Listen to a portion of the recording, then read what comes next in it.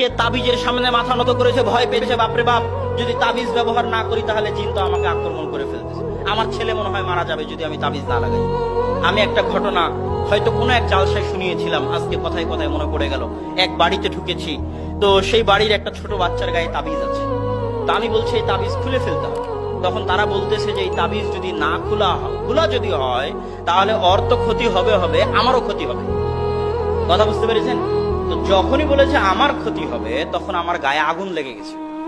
তখন আমি জোর দিয়ে টান দিয়ে তাবিজ খুলে ফেলে পায়ে পিষে বলছি, জিনের বাপকে আসতে বলেন আমার ক্ষতি করতে, আমি আল্লাহর বান্দা, আর ওই জিনেরও সৃষ্টিকর্তা আল্লাহ, একটা পিঁপড়ার সৃষ্টিকর্তা যেমন আল্লাহ, আর আল্লাহ বলেছে ইন্নাল্লাহা আলা কুল্লি শাইইন কাদির, আল্লাহ সবকিছুর উপর ক্ষমতাবান, ওই জিনের উপরও আল্লাহ ক্ষমতাবান। আমি যখন আল্লাহর বান্দা তখন আমার কোনো ভয় নেই।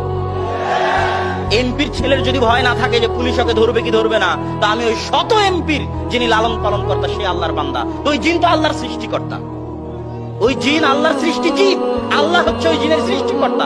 একটা পিঁপড়া যেমন আল্লাহর সৃষ্টিজীব, ওই জিন তেমন আল্লাহর সৃষ্টিজীব, ওই মানুষ তেমন আল্লাহর সৃষ্টিজীব।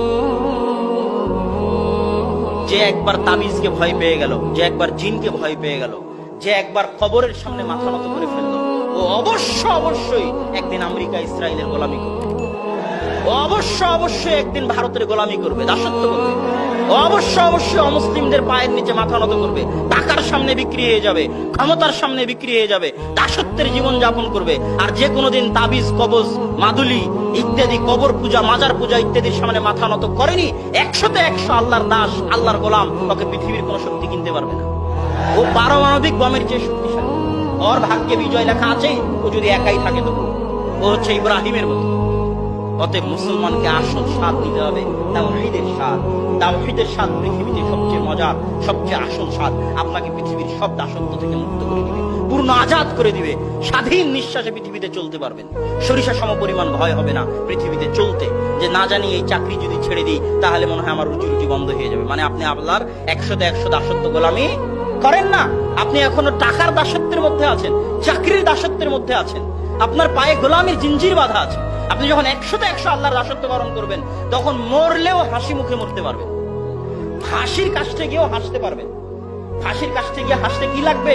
100-100 আল্লাহর দাসত্ব লাগবে, আল্লাহর সাথে মুমিন অবস্থায় সাক্ষাতের আনন্দ লাগবে, আল্লাহর দরবারে তার উলুহিয়াতে 100-100 বিশ্বাস করে আল্লাহর দরবারে যাওয়ার যে আনন্দ, ওই আনন্দের অনুভূতি লাগবে।